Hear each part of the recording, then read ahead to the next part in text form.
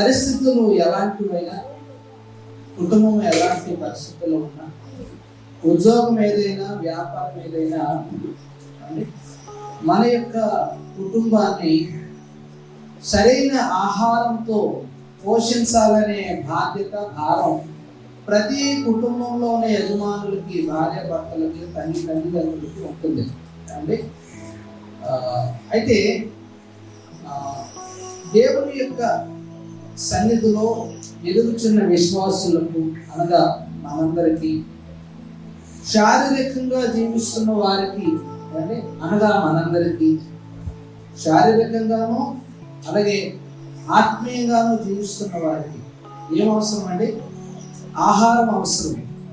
శారీరకంగా ఉన్న మనకు ఆహారం అవసరం, అలాగే మనలో ఉన్న దేవుని యొక్క ఆత్మకు కూడా ఏం అవసరం? ఆహారం అవసరం. ఆహారం అవసరమని మనకు నచ్చిన ఆహారం తినం కదండి. తింటామా? తినం. ఎక్కడ పెడితే అక్కడ తింటామండి? తినం. ఏమండి? ఇంట్లో ఉండే కూరకి,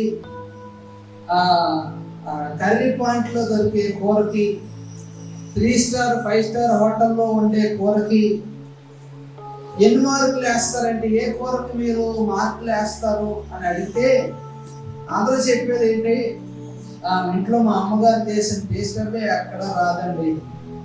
మా అమ్మమ్మ గారు ఒకప్పుడు ఉండేవారు చిన్నప్పుడు, అబ్బే ఆ టేస్ట్ ఎక్కడ రాదండి. ఏదైనా మా ఊర్లో ఆ నీళ్లు తగిలితే వచ్చాక టేస్ట్ ఎక్కడ రాదండి. అవునా కదా? ఇదే కూరల కోసం మాట్లాడుతున్నాడు, వాక్యం చెప్పకుండా అంటారా? వెళ్దాం, అందులోకే వెళ్దాం. దేవునికి స్తోత్రం. హల్లెలూయా. మన ఆంధ్రప్రదేశ్ లో ఆ కూరలకు ఫేమస్ ఏంటండి అంటే పశ్చిమ గోదావరి జిల్లా, తూర్పు గోదావరి జిల్లా. అవునా కదా? ఎందుకంటే గోదావరి నీళ్ళు వెళ్తాయి కాబట్టి అక్కడ మంచి టేస్టీ ఫుడ్, టేస్టీ కర్రీ ఏంటంటే చేపల పులుసు, రొయ్యలు, ఇంకా రకరకాలు చెప్తుంటే చాలు ఇంకా ఇంటికి వెళ్ళిపోవాలనిపిస్తుంది. ఏమంటే అవునా కదా? ఆదివారం కదా ఇంటికి వెళ్ళిపోవాలనిపిస్తుంది అందరికి. ఎందుకంటే ఇంట్లో అయ్యే కూరలు ఉంటారు. మేము కూడా అయ్యే కొనుక్కున్నామండి. వ్యక్తులని గోదావరి తెప్పించిన ఎంత బాగుంటాయో. అందరికి నోరు ఊరుతుంది కదా. ఎందుకు ఊరుతుంది చెప్పండి? ఎందుకు ఊరుతుంది? ఎప్పుడో మనం ఏం చేసి ఉంటాం? ఆ రుచి, టేస్ట్ చూసాం. ఆ టేస్ట్ చూడకపోతే ప్రేమ రాదు. ఎవరికి నోట్లో లాలాజలం ఊరదు. టర్కీ దేశంలో మటన్ కర్రీ సూపర్ ఉంటుందంటే ఎవరికైనా నోళ్ళు ఊరుతాయా? ఆడేమి చూడతాడు. చైనా దేశంలో పలానా మటన్ బాగుంటుందంటే నోరు ఊరుతుందా? ఆడే పురుగు కుట్ర వేసి ఉంటాడు. అవునా కదా? నోరు ఊరదు. నోరు ఎప్పుడు ఊరుతుంది? ఒకప్పుడు టేస్ట్ చూసినప్పుడే మనకేం ఊరుతుంది? చాలా మంది నీళ్ళు మింగేస్తున్నారు, మింగేయండి. ఇప్పుడు ఇంకా టేస్ట్ ఫుడ్ తినబోతున్నారు. దేవునికి స్తోత్రం. హల్లెలూయా. ఒకప్పుడు మనం రుచి చూస్తేనే మనకేం కలుగుతుంది? దాన్ని జ్ఞాపకం చేసుకున్నప్పుడు ఆ టేస్ట్ అంతా గుర్తుంటది. అవునా కదా? అట్లనే దేవుని యొక్క సన్నిధిలో జీవిస్తున్న మనకి కూడా ఆ టేస్ట్ తెలియాలి. ఏ టేస్ట్? రొయ్యల టేస్టా? కాదు. వాక్యం యొక్క రుచి తెలియాల. కీర్తన గ్రంథం 34వ అధ్యాయంలో కీర్తనాకారుడు దావీదు అంటాడు, యెహోవా ఉత్తముడని రుచి చూచి తెలుసుకొనుడి. అంటే దేవుడు ఉత్తముడని, దేవుడు గొప్పవాడని నువ్వేం చేయగలగాలి? ఆయన రుచి చూడగలగాలి. లేకపోతే క్రైస్తవుడిగా ఈ భూమి మీద నువ్వు జీవించలేవు.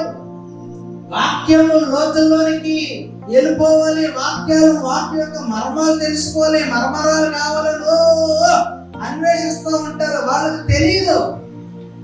వాక్యం యొక్క లోతు మర్మము తెలుసుకోవాలంటే ముందు వాక్యములో ఉన్న శక్తిని మనం పొందుకోవాలి. దేవునికి స్తోత్రం.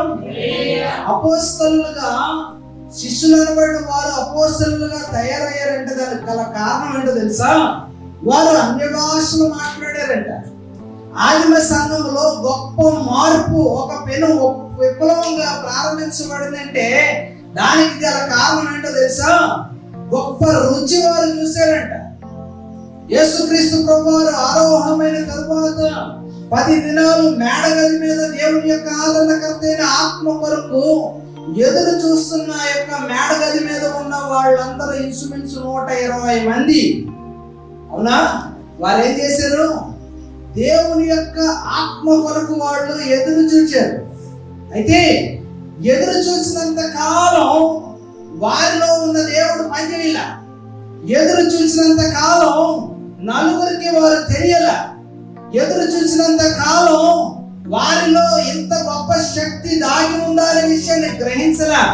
ఎప్పుడు దేవుడు కార్యం చేయడం ప్రారంభించాడో తెలుసా?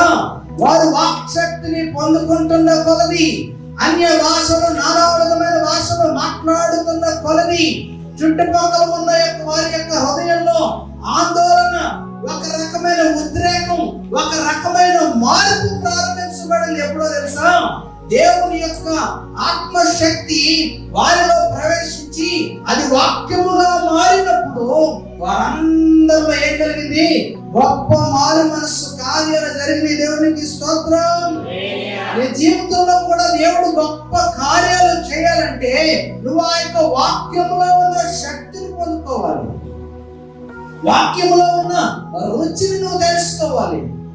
వాక్యములో ఉన్న ఆనందాన్ని నువ్వు గ్రహించాలి. వాక్యము ద్వారా కలిగే స్వస్థత నువ్వు అనుభవించాలి.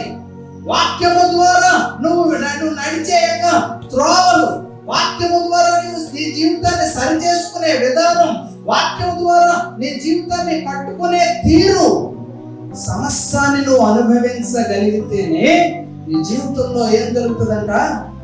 ఏమండి? లాలాజలపు ఓటలు అప్పుడు బయటకు వస్తాయి. దావీదు అంటున్నాడు, దేవుని యొక్క ఆత్మ దావీదు ద్వారా తెలియజేస్తుందని ఈ కడుపులో నుంచి ఏం పారుతాయంట? జీవ జలపు ఓటలు. ఎప్పుడు వస్తాయి? వాక్యాన్ని నువ్వు రుచి చూసినప్పుడు ఆ జీవ జలపు ఓట బయటకు వస్తుంది. దేవునికి స్తోత్రం. 1 యోహాను పత్రిక 1వ అధ్యాయం 1వ వచనంలో దీని కొరకే రాయబడింది. ఏంటంట? జీవవాక్యము కూర్చున్నది. చాలండి. మొట్టమొదటి యోహాను భక్తుడు జ్ఞాపకం చేస్తుంది ఏంటో తెలుసా? జీవవాక్యము కూర్చున్నది. ఏంటి? ఈరోజు మేము చెప్పబోయే సంగతులన్నీ, ఈరోజు మేము అనుభవించిన అనుభవాలన్నీ, మేము వేటినైతే చూచామో, మేము మా చేతులు వేటిని తాకాయో, మేము ఎవరితో గడిపామో, మేము దేనియందు ఆనందించామో, ఏ సహవాసములో వర్తిల్లామో, సమస్తం దేని కొరకంట? ఇదంతా దేని కొరకంట? జీవవాక్యము వరకే. ఆ జీవవాక్యములో ఉన్న శక్తిని అనుభవించగలిగితే, జీవవాక్యములో ఉన్న మర్మములు నువ్వు గ్రహించగలిగితే, నీ చేతులు దేవుని యొక్క వాక్యమును తాకితే, నీ యొక్క నోరు ఆ యొక్క జీవవాక్యమును భుజించగలిగితే, నీ యొక్క దేహం దేవుని యొక్క వాక్యము ద్వారా జీవింపబడగలిగితే, నీవు కూడా అన్యజనుల మధ్య దేవుని యొక్క వాక్శక్తిని పొందుకుంటున్న కొలది గొప్ప మారు మనస్సు కార్యాలు జరిగే విధముగా నీవు వాడబడతావు. ఇప్పుడు తెలుసా? దేవుని యొక్క వాక్యం యొక్క రుచి నీలో ప్రవేశించినప్పుడు దేవునికి స్తోత్రం. హల్లెలూయా. చాలా మంది క్రైస్తవులు ఉన్నారు అని ఒక నివేదిక తెలియజేస్తూ ఉంది. ప్రపంచంలో అత్యధికంగా ఆరాధించబడుతున్న దేవుడు అంటే యేసుక్రీస్తుని. యేసుక్రీస్తుని వెంబడించేవారు ఎంతమంది అయ్యా అంటే ప్రపంచంలో మొట్టమొదటి స్థానానికి వారు చేరారని అనేక సర్వేలు చెప్తూ ఉన్నాయి. Very good. కానీ ఎంతమంది రక్షించబడ్డారు అని లెక్కలు చెప్తున్నాయి కదా. ఎంతమంది క్రైస్తవులు ఉన్నారని చెప్తున్నారు కదా. ఎంతమంది దేవుణ్ణి ఆరాధించే ఆరాధికులుగా ఉన్నారు అని లెక్కేస్తే ఆ సర్వే నిలబడదా? చెప్పండి.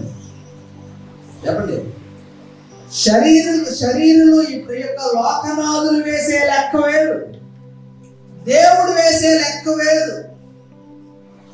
నీ యొక్క దినపు ప్రారంభం నుండి అనగా నీవు పుట్టినది మొదలుకొని నువ్వు చచ్చేంత వరకు నీ జీవితంలో ఏముంది? నీకు తెలియకుండానే లెక్క ఉంది. నువ్వే లెక్కేసుకుంటున్నావు. అవునా కాదా? నాకు 33 సంవత్సరాలు వచ్చేసాయి, లెక్క వేసుకోవట్లేదా? లేదంటే 17 సంవత్సరాలు ఎవరైనా ఆగిపోయారు? చెప్పండి బాబు, ఎవరైనా ఆగిపోయారా? లేదంటే నా వయసు 17, మొన్నే కాలేజీ నుంచి వచ్చిన, ఇదిగో సర్టిఫికేట్ మా ఇంట్లో ఉంది, చూపిస్తాను, ఇదిగో సర్టిఫికేట్ ప్రకారంగా నా ఏజ్ 17 సంవత్సరాలే అంటారా? కాబట్టి సర్టిఫికేట్ నీకు 17వ సంవత్సరంలోనే వచ్చిందయ్యా, కానీ నువ్వు పెరగలేదా అంటే నా సర్టిఫికేట్ పెరగలేదు. ఆ లెక్క ప్రకారం చెప్తే నువ్వు ఇంకా ఎవరు పసిపోలేడువే. ఎందుకంటే డేట్ ఆఫ్ బర్త్ సర్టిఫికేట్ లో డేట్ కూడా ఏమవుదో మారదు, అవునా కదా? లోకం ఒప్పుకుంటుందా నీ లెక్క? ఒప్పుకోదు. దేవుడు ఒప్పుకుంటాడా నీ లెక్క? ఒప్పుకోడు. నువ్వు రక్షించబడినది మొదలుకొని యేసుక్రీస్తుని సొంత రక్షకునిగా నీ హృదయమందు చేర్చుకున్న దినము క్షణము మొదలుకొని దేవుని యొక్క రాజ్యం వచ్చి పర్యంతం, లేదా నీ యొక్క శరీరంలో ఉన్న జీవము ప్రాణము పోయే పర్యంతం నువ్వెన్ని దినాలు బ్రతికావు, ఎన్ని క్షణాలు జీవించావు, ఎన్ని నిమిషాలు గడిపావు, ఎంతసేపు మాట్లాడావు, ఎంతసేపు తిన్నావు, ఎంతసేపు పడుకున్నావు, ఎంతసేపు నడిచావు, ఎంతసేపు పరిగెట్టావు, ఎంతసేపు ప్రయాణం చేసావు, సమస్తం దేవుని యొక్క సన్నిధిలో ఏముంటది? లెక్క ఉంటుందా? లెక్క అప్పచెప్పాల్సిన బాధ్యత నీదే. ఎందుకు లెక్క అప్పచెప్పాలి? అంటే ఎందుకు లెక్క అప్పచెప్పాలి? మోషే అంటున్నాడు, ఒక మనిషి ఎంతకాలం జీవించగలంట? దేవుడు ఇచ్చిన ఆయుష్ ఎంతండి? 70. అధిక బలం ఉంటే ఇంకా 10-20 సెంచరీ, అవునా కదా? అంతకుమించి జీవిస్తే ఏం చేస్తారు? ప్రపంచంలోనే ఎక్కువ సంవత్సరాలు జీవించే వ్యక్తిని ఈరోజు పేపర్లు వేస్తున్నారు, అవునా? ఒక 150 సంవత్సరాలు బతికేయండి. ఈనాడు, సాక్షి, ద టైమ్స్, ఇంకా గోల్డ్ అండ్ పత్రికల్లో మీ ఫోటో ప్రపంచం అంతా తిరిగేస్తూ ఉంటుంది, ఫేమస్ అయిపోతారు. జీవించండి అంటే జీవించగలరా? లేదు. మీ లెక్క పూర్తయ్యే లోపే మీరేం చేయాలా? పౌలు అంటున్నాడు, నా లెక్క పూర్తయ్యే లోపే నేను ఏం చేస్తాను? పరిగెట్టేస్తాను. నేను పరిగెట్టేస్తాను, నిలబడను. ఎందుకంటే నా లెక్క పూర్తయ్యేదనం ముందే ఉంది. నేను చేరుకోవాల్సిన గమ్యస్థానానికి చేరుకోవాలి. ఎంతమంది చేరుకోగలుగుతున్నారు? పౌలు అంటాడు, ఒక నిర్దేశమైన గురి కలిగి ఉన్నాడు.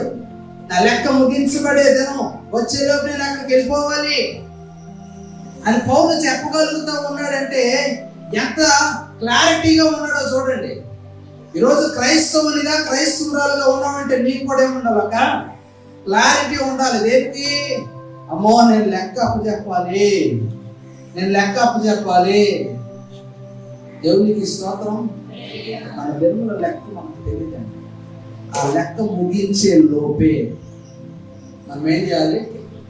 అనేకులను రక్షణాత్మకమైన మారు మనస్సు వైపు మనం నడిపించే పనిలో నిమగ్నమై ఉండాలి. దేవునికి స్తోత్రం. హల్లెలూయా. ఇవన్నీ ఎప్పుడు జరుగుతాయ్యా అంటే నువ్వు వాక్యము ద్వారా వరక స్నానము చేయబడి వాక్యములో నువ్వు ఆనందిస్తూ, వాక్యము ద్వారా నువ్వు పరిపూర్ణతలో నడిపించబడి, వాక్యం ద్వారానే పోషించబడి, వాక్శక్తిని కొన్ని నువ్వు నడిచినప్పుడు ఈ కార్యాలన్నీ జరుగుతాయి. మా రుచి నువ్వు తెలుసుకోవాలంటే నువ్వేం చేయాలంటే వాక్యంలో ఉన్న శక్తిని గ్రహించాలి. ఈనాడు అనేక మంది క్రైస్తవులుగా లెక్కించబడుతున్నారు, కానీ దేవుడు లెక్క వేసినప్పుడు ఎంతమంది నిలబడే క్రైస్తవులు ఉన్నారు? అందుకే దేవుడు వాక్యం చెప్తుంది, పిలువబడిన వారు అనేకులు, ప్రపంచంలో అనేకులు క్రైస్తవులుగా ఉన్నారు అని సంకలు కొట్టుకుంటున్నారు. ఈరోజు క్రైస్తవులు, మీ వాళ్ళ కన్నా మా వాళ్ళే ఎక్కువ,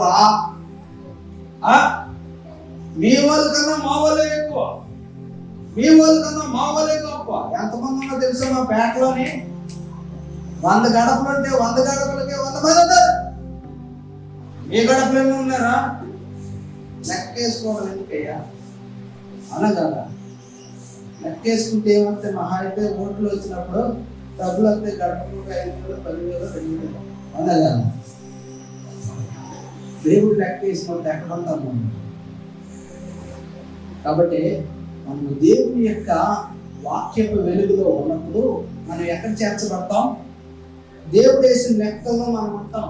ఏంటో లెక్క అంటే ఏర్పరచబడిన గుంపు, రైట్? మనం సైడ్కి వెళ్ళిపోకుండా ట్రాక్లోకి వెళ్ళిపోతాం, రైట్? అయితే పేతురు భక్తుడు ఏం చెప్తున్నాడు ఇక్కడ? రుచి కొరకు చెప్తూ ఉన్నాడు. ఏ రుచి? ఫిష్ ఫ్రైయా? ఏ రుచి అండి ఇది? ఆ ప్రభువు దయాళుడని మీరు రుచి చూచిన ఎట్లా దావీదు ఏమంటున్నాడు?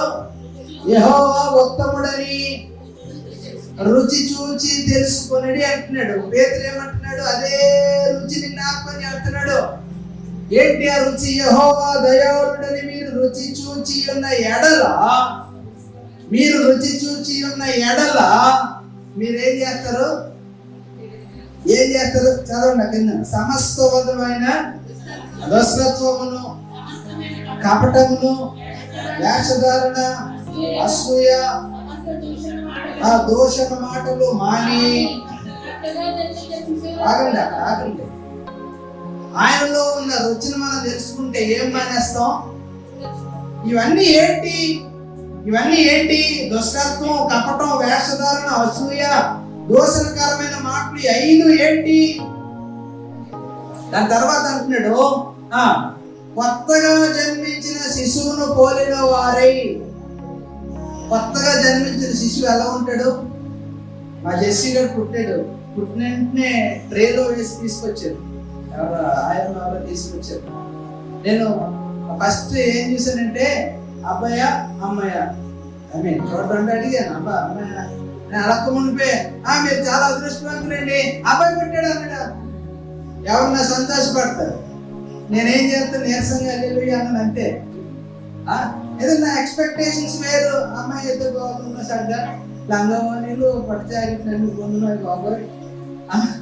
నా ఆశ నాది, దేవుడు అది తీర్చలేదని కాసేపు బాధపడ్డాను, కానీ దేవుడి ఇచ్చిన గిఫ్ట్ అని సంతోషించారు. దేవునికి స్తోత్రం.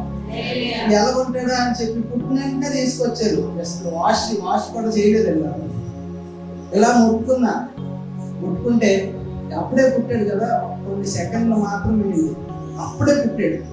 పుట్టుకున్నప్పుడు ఎంత మెత్తగా ఉన్నాడంటే ఆ దూది ఎంత స్మూత్ గా ఉంటది, రోజా పువ్వు రేఖ ఎంత స్మూత్ గా ఉంటది. ఇంకా తడితడిగా ఉన్నాడు అంటే ఆ ఉమ్మ నీరు అన్నాయిటిక్ ఫ్లూయిడ్ ఇంకా బాడీ మీద ఉందేమో, జిగురుగా మెత్తగా ఉన్నాడు. అమ్మో ఎక్కడ ముట్టుకుంటే ఎక్కడ క్రష్ అయిపోతాడు అన్నంత సున్నితంగా ఉన్నాడు. సో అంత సున్నితంగా. నెక్స్ట్ ఇంకా ఉన్నాడంటే తెల్లగా ఉన్నాడు. పుట్టినంటే ఉంటుంది కలర్, దేవుడు నా కలర్ సంతోషం అనుకున్నాను, కానీ అలా తెచ్చాడు, సంతోషించాడు. దేవునికి స్తోత్రం, హల్లెలూయా.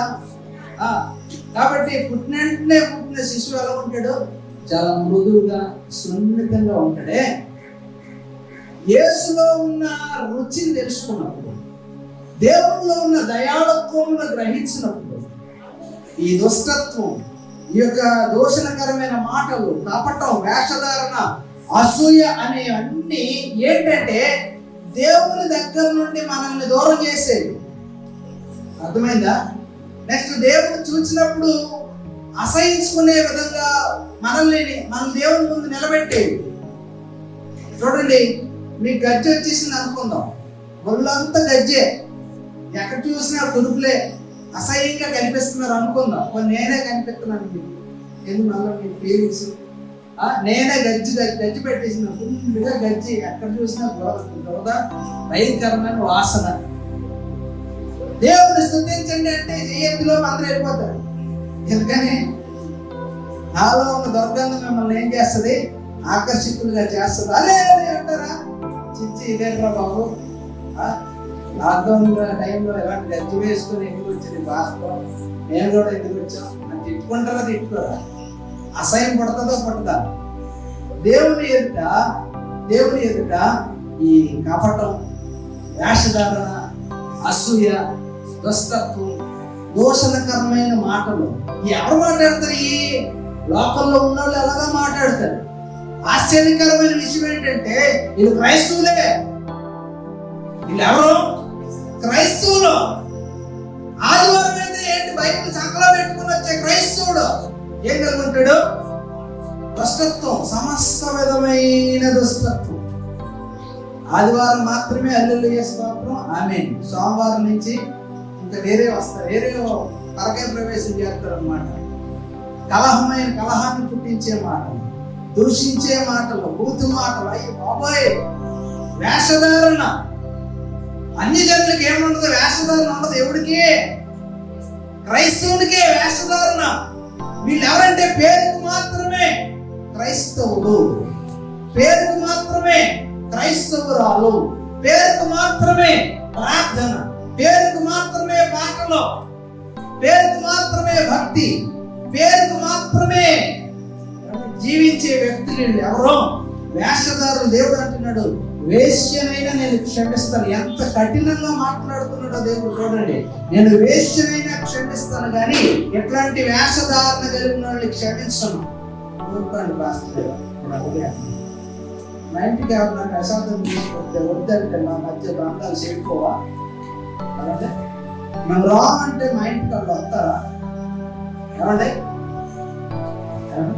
ఇంటికి ఎవరైనా ప్రసాదం తీసుకొచ్చారు సున్నితంగా ఏమన్నది, అమ్మా మా కోసం వేడి వేడి నూనెలో వేసి ఇచ్చారు, వేడి వేడి గ్యాస్ మీద ఉండే రకం అన్నాలన్నా మీకు నీకు ఎక్కువ అన్నాకంటే ఇంకోసారి తేడా తీసుకోవడం ఎందుకు, ఎక్కడో ఒప్పియడం ఎందుకు, మా పాటలు పాడడం ఎందుకు, ఏమన్నా అడుగుతామా?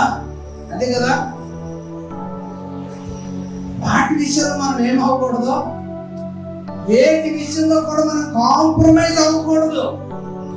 ఎందుకంటే లోకమంతా ఒకవైపు ఉంటది. జాగ్రత్తగా వినండి. లోకమంతా అంటది ఇది జరగదు అంటది, కానీ ఒక్కడే మాట్లాడతాడు వ్యతిరేకంగా. ఎవడో క్రైస్తవుడే జరుగుద్ది, మళ్ళా చిన్న వాక్యం చూపిస్తాడు. అది లేకపోతే మళ్ళా క్రైస్తవుడు మాట్లాడండి. వాక్యం ఏం చూపిస్తాడు? దేవునికి అసాధ్యమైనది ఏది లేదు, సమస్తం సాధ్యమే. వాక్యాన్ని వక్కానిస్తాడు, కానీ వాడి జీవితంలో ఏముండదు అనేస్తాడు. అమ్మా దేవుడికి అసాధ్యం లేదు, భూమిపై ప్రార్థన చేసేద్దాం అంటారు. దేవుడు కాసేపు అయిన తర్వాత బయటకు వెళ్ళిపోయిన తర్వాత దేవుడు మాత్రమే ఇందాక ఊగిపోయి దేవుడికి అసాధ్యమైనది ఏమీ లేదని కూడా దేవుడు అంటాడు. ఏం చేస్తాడు? నిరుత్సాహం. క్రైస్తవునిగా నిజమైన క్రైస్తవుడు ఎలా ఉంటుందంట? వాక్శక్తిని పొందుకుంటున్న కొలది. జాగ్రత్తగా అక్కడ మనం ఆలకించారు. అపోస్తలుల కార్యములు ఆ యొక్క 1-2 అధ్యాయాలు మనం చూస్తే అక్కడ మాట రాయబడి ఉంది. వారు వాక్శక్తిని పొందుకుంటున్న కొలది అంటే అదేంటి? ఆగట్లేదు. దేవుని యొక్క ఆత్మను పొందుకుంటే, దేవుని యొక్క వాక్న జ్ఞానము, దేవుని యొక్క కృపా వరాలను పొందుకోగలిగితే అది ఆగేది కాదు, సాగుతూనే ఉండేది. దేవునికి స్తోత్రం. నీలో ఆశీర్వాదం ప్రారంభమైంది అంటే నీ జీవితంలో అది ఆగేది కాదండి. అదేమైంది? అది జరుగుతూనే ఉంటది. స్వస్థత కార్యం ప్రారంభించబడిందంటే ఆగేది కాదు, సాగుతూనే ఉంటది. నీ జీవితంలో దేవుడు ప్రారంభించిన కార్యం ఏదైనా ఆగేది కాదు, సాగుతూనే ఉంటది. ఆపేసేది ఎవరో తెలుసా? నువ్వే.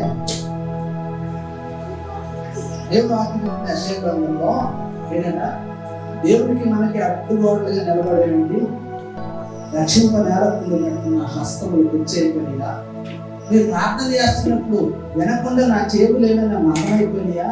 లేదు, నేను ఎల్లప్పుడు దినమెల్లా నా 2 చేతులు చాపి నేను సిద్ధంగా ఉన్నాను ఎవరైనా వస్తారేమో అని. కానీ మీకు నాకు ఎడమ కలిగిపేసేది ఏంటంట? మీలో ఉన్న దోషం, పాపం, అతిక్రమం. దేవునికి స్తోత్రం. హల్లెలూయా. ఇదే ఏం చేస్తుందంట? సమస్త విధమైన కీడుకు కారణమవుతుంది. నువ్వు మేలు పొందుకోలేకపోవడానికి కారణమవుతా ఉంది. నీ జీవితంలో ఏదైనా పరిస్థితిని దేవుడు కలుగజేశాడు అంటే ఏదో ఒక గొప్ప ఉద్దేశం, ఏదో ఒక చిత్తం నీ పట్ల దేవుడు దాచి ఉంచాడు. యోబును అన్ని సంవత్సరములు ఆ విధమైన పరిస్థితుల్లో ఉంచాడంటే దానికి కారణం ఏంటో తెలుసా? యోబును 2 అంతలుగా ఆశీర్వదించడానికి. యోసేపును 2 సంవత్సరాలు చెరసాలలో ఉంచాడంటే దానికి కారణం ఏంటో తెలుసా? యోసేపును హెచ్చించడానికి. దానియేలును, శద్రకు, మేషకు, అబేద్నెగోను అగ్నిగుండములను, సింహముల బోరులో ఎందుకు పడవేశాడు తెలుసా? రాజులైన వారు దేవుని యొక్క మహిమను కొనియాడటానికి. నీ జీవితంలో ఏ పరిస్థితిని దేవుడు అనుమతించినా అది దేవుని యొక్క నామ మహిమార్థలను నువ్వు గుర్తించాలి. దేవునికి స్తోత్రం, హల్లెలూయా. కాబట్టి ఆత్మీయుడిగా నువ్వు జీవించాలి అనుకున్నప్పుడు నీలో ఏం ఉండకుండా చూసుకోవాలంటే ఈ 5 కేటగిరీలు ఉండకూడదు. దేవుని యొక్క వాక్యం ధారాళంగా వ్యక్తపడుతూ ఉన్నప్పుడు మన జీవితాన్ని ఇప్పుడే ఏం చేసేసుకోవాలి, సరి చేసుకోవాలి. ఎందుకంటే వాక్యం అనేది ఏమని చెప్పాలో గతించిన వారం.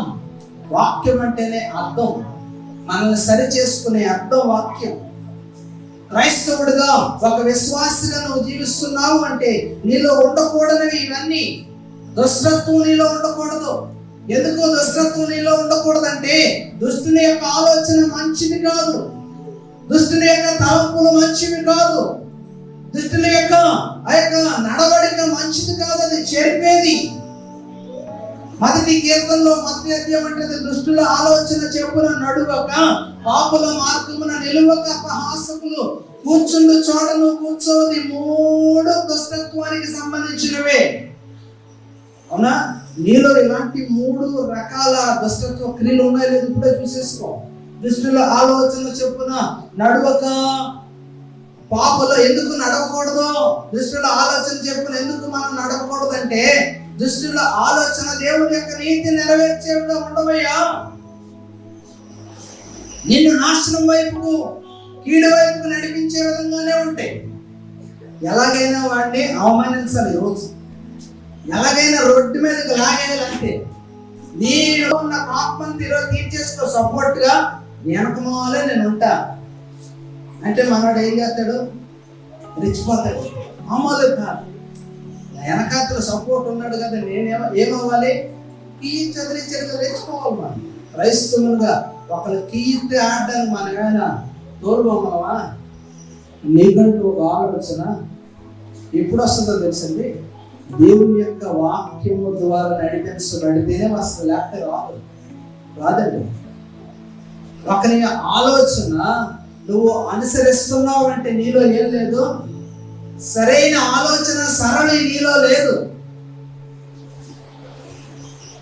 అన్ని విషయాలు అందరికీ తెలియదు అన్నగా. సపోజ్ డ్రైవింగ్ లైసెన్స్ నేను తీసుకుని వెళ్ళగా 4 సంవత్సరాలు అవుతాను. నాకు ఆ ప్రాసెస్ తెలుసు. సింపుల్గా నాకు గట్టిగా అయితే ఒక 1200 రూపాయలు అయింది. ఎల్ఎల్ఆర్కి ఒక 200 రూపాయలు ఎంత చాలా 230 రూపాయలు, 960 రూపాయలు డ్రైవింగ్ టెస్ట్ పెట్టారు 2 వీలర్ లైసెన్స్ కోసం. ఇది తెలియని వాళ్ళు మన బ్రదర్స్ ఇప్పుడు ఏం చేశారంటే ఎక్కువ డబ్బులు కట్టి, మా పెద్దోడే ఉన్నాడు, వాడి దగ్గర ఎంత వచ్చింది 10,000 వరకు ఖర్చు పెట్టాడు. 2 వీలర్ నాకు పెద్దోడు, 2 వీలర్ 4 వీలర్ 2 లైసెన్స్ ఉన్నాయి, కారులో నేర్చుకున్నాను రాదు పెద్దోడు. అయితే నాకు విధానం తెలిసింది కాబట్టి తక్కువలో అయిపోయింది. తెలియని పరిస్థితిలో అప్పుడు ఏజ్ కూడా చిన్నది కాబట్టి ఎక్కువైంది. అంటే ఫర్ ఎగ్జాంపుల్ చెప్తున్నా, అన్ని విషయాలు అందరికీ తెలియాలని రూల్ లేదు. ఏవి? ఈ భూ సంబంధమైనవి ఎలాంటి చిన్న భూ సంబంధమైనవి. కానీ జాగ్రత్తగా వినండి, ఆత్మ సంబంధమైన విషయాల దగ్గరకు వచ్చేటప్పటికి నేను అంటాను, పౌలు గారి కన్నా పేతురు ఎక్కువ పరిచయం చేశాడు, బలమైన పరిచయం చేశాడు అనంటారా? కాదంటారా?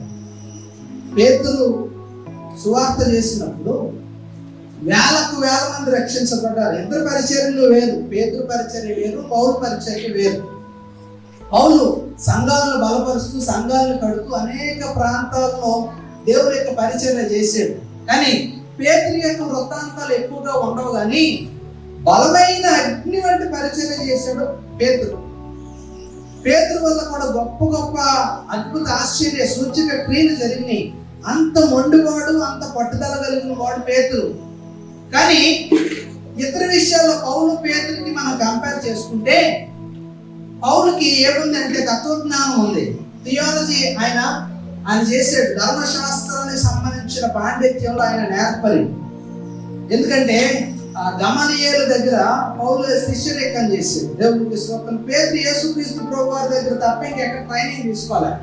కానీ బలమైన పరిచర్య ప్రారంభించబడిందంటే ఎవరి వల్ల అంటే పేతురు వల్ల. దేవునికి స్తోత్రం.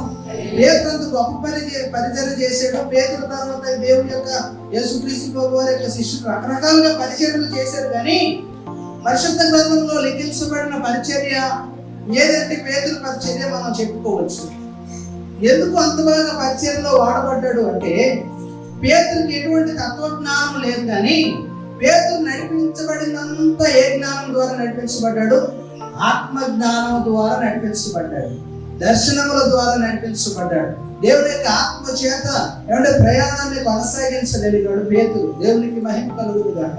ఈ విధంగా మనందరికీ శారీరక విషయాలు అన్ని తెలియకపోవచ్చు, కొన్ని తెలియవచ్చు, కానీ ఆత్మీయ విషయాల దగ్గరికి వచ్చేటప్పటికి ఏంటంట, అందరికీ అన్ని ఖచ్చితంగా తెలియాలి. అన్ని తెలుసుకోకపోతే మన ఆలోచన ఎలా ఉండదు?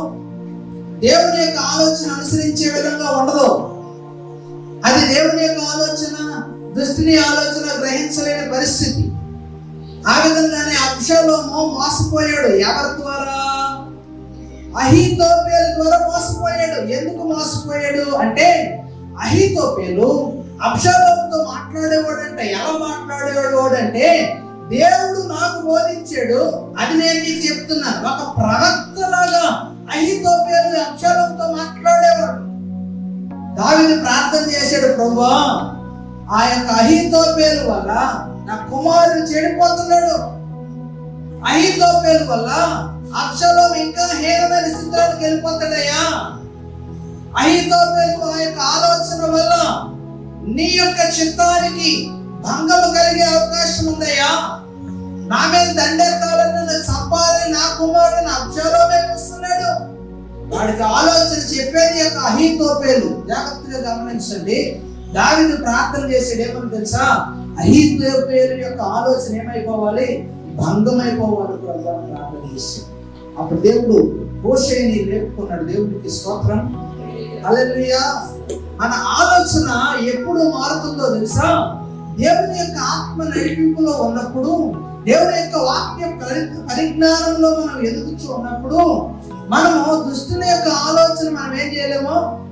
మనకు క్లియర్ గా తెలిసిపోతుంది దుష్టుని యొక్క ఆలోచన దేవుని యొక్క నామానికి మహిమార్థంగా ఎంత మాత్రము కాదు అని. దేవునికి స్తోత్రం. హల్లెలూయా. కాబట్టి క్రైస్తవులుగా జీవిస్తున్న మనకు ఏమనకూడదు? దుష్టత్వం మనలో ఉండకూడదు, కపటం ఉండకూడదు, వేషధారణకు సంబంధమైన భక్తి ప్రవర్తన మనలో ఉండకూడదు. ఇంకొకటి అసూయ. అసూయ అస్సలు ఉండకూడదండి. అసూయ అంటే ఇంకా చెప్పాలంటే వార్వలేనితనం. ఏంటి? వార్వలేనితనం. 2 కార్లు కొనుక్కుంటే వార్వలేనితనం, అది శారీరకంగా ఉంటుంది, అది వదిలేండి. నేను ఆత్మీయ విషయాల వరకు మాట్లాడుతున్నాను. ఎవరైనా బలంగా ప్రార్థన చేశారనుకోండి, ఎవరైనా మనలో ఉన్నప్పుడు మనలో ఉన్నవారు నిలబడి వాక్యం చెప్తున్నారు అనుకోండి, మీ జీవితం ఒకటి స్థిరంగా చూసుకోలేడు కానీ వాక్యం చెప్పేస్తున్నంత వాక్యం ఎవరో నేను గమనించాను. అంటే అందరికీ కాదు, చాలా ఎక్కువ గమనించాను. ఎందుకంటే సాధారణంగా సంఘానికి ఎప్పుడు అవకాశం వస్తుందంటే గుడ్ ఫ్రైడే సందర్భంగా 7 మాటలు ఒక సేవ పెట్టి మాట్లాడకుండా సంఘంలో కొంతమంది ఇస్తూ ఉంటారు. అంటే ఇచ్చినప్పుడు ఏం చేయాలి? దేవుని వాక్యం బోధించేటప్పుడు చిన్న పిల్లడు బోధించిన చిన్న పిల్లడు మన రెఫరెన్స్ రాసుకోవాలి.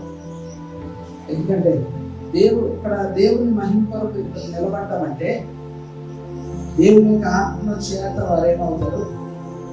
నడిపించబడతారు. సాక్షి చెప్పడానికి ఇందాక నిలబడ్డాను. నేను చూస్తున్నాను, ఎవరన్నా వింటున్నారేమో. కొంతమంది తలరాజు కిందెట్టుకుంటారు. అప్పుడే బైబిల్ గుర్తుకు చెప్తాను. అప్పుడే వాక్యం చదివేది, అంటే అప్పుడే తెలివేయాలి, అప్పుడే పిల్లలుగా ఇష్టపడాలి, అప్పుడే పులిపేట దగ్గర నిలబడినప్పుడు దేవుని యొక్క సముఖం నిలబడినప్పుడు మనం అందరూ ఎలా ఉండాలి? అలర్ట్గా ఉన్నాం. ఎందుకో తెలుసా? ఇక్కడ నిలబడేది ఎవరో? దేవుడు. ఎందుకు నిలబడుతున్నారు? దేవుణ్ణి మహిమపరిచేందుకే. సాక్ష్యం చెప్పినా, వాక్యం చెప్పినా, సాక్ష్యం చెప్పినప్పుడు దేవునికి మహిమార్థంగా, మహిమ కొరకే మనం ఏం చేయాలి? సాక్షి చెప్పాలి. అంటే తప్పుగా అనుకోవచ్చు సుమా. సాక్షి చెప్పడానికి వచ్చి ఏం చెప్తారంటే డిస్క్రైబ్ చేస్తారు. వచ్చిన టైం పాస్టర్ గారికి ఎంత వచ్చిన టైమే కొద్దిగా, అందులో ఎక్కువ వాక్యం చెప్పలేక, టైం కుదించుకోలేక ఇబ్బంది పడిపోతుంటాడు సేవకుడు. సాక్షి చెప్పేటప్పుడు ఏం చేస్తారు? డిస్క్రైబ్ చేస్తారు. నేనండి 38K ఎక్కానండి బోధనపాలెం, ఫస్ట్ స్టెప్ ఎక్కానండి, 3వ స్టెప్ ఎక్కానండి, సీట్ ఖాళీ లేదండి, సీట్ ఖాళీ లేకపోతే ఒక ఆవిడ లేకపోయినా లెగిసానండి, కిటికీలో ఇలా చూశానండి, ఇలా జస్ట్ మిస్ అయిపోయానండి. ఎందుకు డిస్క్రిమినేషన్ అవసరమా? తర్వాత దిగిపోయి ఇంటికి వచ్చి అన్నం తిని పడుకున్నానండి. దేవునికి స్తోత్రం. అంటే ఏంటి సాక్ష్యం? ఏముంది సాక్ష్యం? ఈ సాక్ష్యం ఎలా ఉండాలి? ఎలా ఉండాలి? డిస్క్రైబ్ చేసే విధంగా ఉండకూడదు, దేవుణ్ణి మహిమపరిచే విధంగా ఉండాలి. నేను ఎప్పుడు సేవకు వచ్చిన నాటి నుండి నేటి వరకు చచ్చే వరకు ఇదే మాట చెప్తా. మనం ఏ పని చేసినా జాగ్రత్తగా వినండి. మనం ఉద్యోగం చేసినా, వ్యాపారం చేసినా, ఆఖరికి తిన్నా, పడుకున్నా ఈ విషయం గుర్తుపెట్టుకోండి. క్రైస్తవులుగా మనం జీవిస్తున్నాం కదా, ఈ విషయం ఖచ్చితంగా గుర్తుపెట్టుకోవాలి. ఏంటో తెలుసా? దేవునికి తప్ప, ఎవరికండి? దేవునికి తప్ప నీకెవ్వరికి ఏం వెళ్ళకూడదు, మహిమ వెళ్ళకూడదు. అంతే, ఇది శాస్త్రం. మనల్ని మనం కూడా పొగుడుకోకూడదు, ఇతరులను కూడా పొగుడుకోకూడదు. గతంలో చాలా వరకు మనం అనేక కార్యక్రమాలు చేసాం, కానీ ఇంతవరకు ఎవరి పేరు నేను చెప్పానా? పలానా సిస్టర్ గారు ఎంత కానుక ఇచ్చారో. ప్రతి నెల మన చర్చి కరెంట్ బిల్లు నేను కట్టట్లే, ఒక సిస్టర్ కడతారు, నేను చెప్పను ఆవిడ పేరు.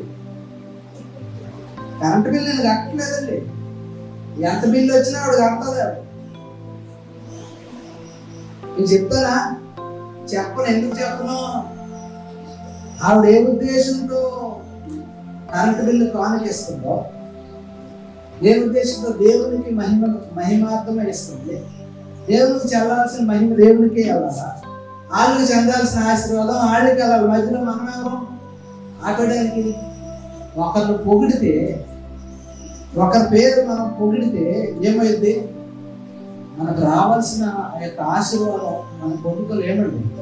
ఎందుకంటే కుడి చేతిలో ఉన్నది ఎవరో తెలియదు, ఎడం చేతిలో తెలియకపోవడం చాలా మంది తెలియదు. ఎక్కడి నుంచి ఎక్కడికి వెళ్ళిపోతున్నాం కదా. దేవుని యొక్క వాక్య పరిజ్ఞానము లేనప్పుడు చాలా విషయాలు మనకి అర్థం కాదు. కాబట్టి ఇలాంటి విషయాలు ఉండకుండా ఎలా ఉండాలని దేవుడు చెప్తా ఉన్నాడు. పేతురు ఏమంటున్నాడు?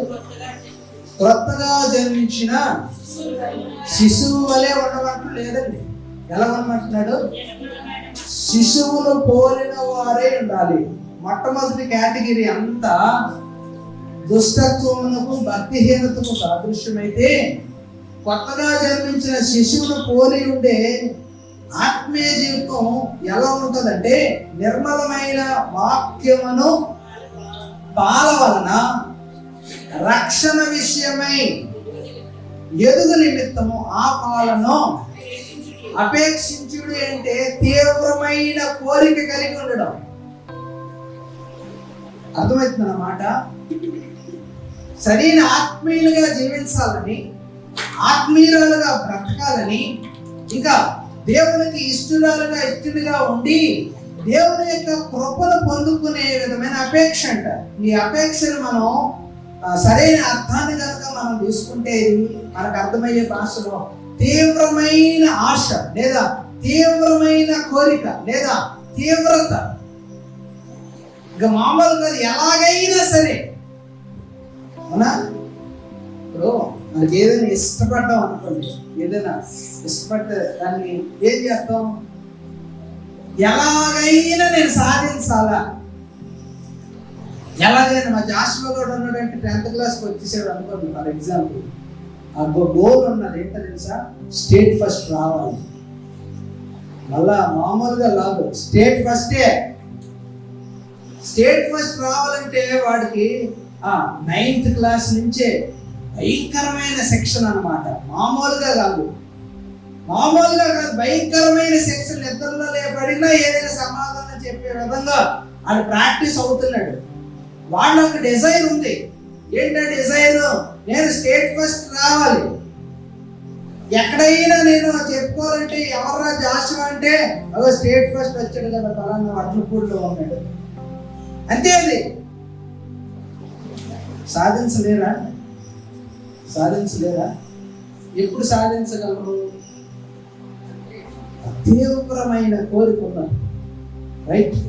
అలాగే దేవుని యొక్క సన్నిధిలో దేవుడు ఇష్టపడే వ్యక్తిగా మనం ఉండాలంటే దేవుని దర్శనం మనతోనే డైరెక్ట్ గా మాట్లాడాలి. ఎంతమంది కోరుకుంటారో చెప్పండి, దేవుడు నాతో మాట్లాడాలి నేను ఎంతో ఆశపడుతున్నాను. ఎంతమంది కొంత కోరిక? ఎవరికి లేదా? చేతులు తేలేదా? ఇంటి దగ్గర రాసుకున్నారా? ఎంతమందికి ఉంది? దేవుడు నాతో ఇప్పుడే నా కుమారుడా అని మాట్లాడతామా విని చచ్చిపోవాలని ఆశగా ఉందండి. ఎంతమందికి ఉందండి? దేవుడికి స్తోత్రం, హల్లెలూయా. అందరికీ ఉంది. దేవుడి యొక్క స్వరం వినాలి, కానీ లేదే వినగలుగుతున్నారా? దేవుని సన్నిధిలో ఎవరున్నారు? 2 వ్యక్తులు ఉన్నారండి. మీకు అర్థమయ్యేలా చెప్తా. మీకు తెలిసిన వ్యక్తులే వాళ్ళు. ఒకరు మాస్టర్ గారు, ఇంకొకరు ఎవరు సాధారణమైన బిలీవర్, విశ్వాసం. అవునా? మాస్టర్ గారు చక్కగా పడుకున్నారు, నైట్ అయిపోయింది. ఈయన కూడా ఏమైనా పడుకున్నాడు, నైట్ అయిపోయింది కదా. కానీ ఇద్దరిలో దేవుడు మాస్టర్ గారితో మాట్లాడలే. ఎవరితో మాట్లాడాడు? విశ్వాసంతో మాట్లాడాడు. ఏమని మాట్లాడాడు? శామ్యూయల్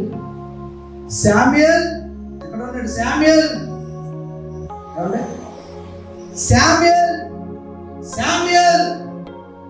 అని మాస్టర్ గారితో మాట్లాడలే. ఎవరితో మాట్లాడాడు? శామ్యూయల్తో. దేవుడు ఎందుకు మాట్లాడాడు? శామ్యూయల్ అని అడిగాడు అని రాసిందా? లేదు. జాగ్రత్తగా మనం కాంటెక్స్ట్ అక్కడ మనకు డైరెక్ట్ గా లేకపోయినా సరే వాక్యమును మనం అర్థం చేసుకునే విధానంలో అర్థం చేసుకుంటే శామ్యూయల్తో దేవుడు ఎందుకు మాట్లాడాడో మీకు అర్థమైపోద్ది. అవునా? శామ్యూయల్ యొక్క తల్లి ఎవరు? చక్కని చెప్పేస్తారు, దెబోరా అని. అన్నా? ఓకే, అన్న అంట. శామ్యూయల్ యొక్క తల్లి ఎవరు? అన్న. ఎంతమంది పిల్లలు? అప్పటికి చెప్పేస్తారు కరెక్ట్ గా, నాకు తెలుసు కదా. ఎవరు లేరండి పిల్లలు. పెళ్ళిందాక ఉన్నారు పిల్లలు, ఎవరికి లేరు? అన్నకు పిల్లలు లేరు. అయితే అన్న ఒక తీవ్రత కలిగి ఉంది. జాగ్రత్తగా ఆలోచించండి. అన్నలో ఉన్న ఆత్మ తీవ్రత ఏంటో తెలుసా? దేవుడు ఒక తీవ్రమైన కోరిక అడుగుతుంది. అయితే ప్రభు నాకు ఏదో ఒకటి ఇవ్వట్లే. జాగ్రత్తగా విన్నారా? ఏదో ఒకటి ఇవ్వట్లే. మనం ప్రార్థన చేస్తాం, ఏమడుగుతుంది తెలుసా? ప్రభా నీ చెప్పలేనయ్యా. ఏంటి? చీకట్లో రాయేస్తాం అంటే మన ప్రార్థనలు ఏముంటది? చాలా మంది ఇదే చేస్తారు. చీకట్లో రాయ, ప్రభా నీ చెప్తామయ్యా, నీ రాష్ట్రం, నీ భక్తురాన్ని ఏది ఇచ్చినా నీ చెప్తమే, ఏమి తెలిసినా జరిగేది నీ చెప్తమైన పాట రాసుకున్నాం కదా. దేవుణ్ణి అడిగేటప్పుడు ఎలా అడగాలి? ఏదో ప్రభు నువ్వు వచ్చే సరిపెట్టుకుంటాను అంటావా? ఏదో తినేరా అంటే తినేస్తాం ఏంటి?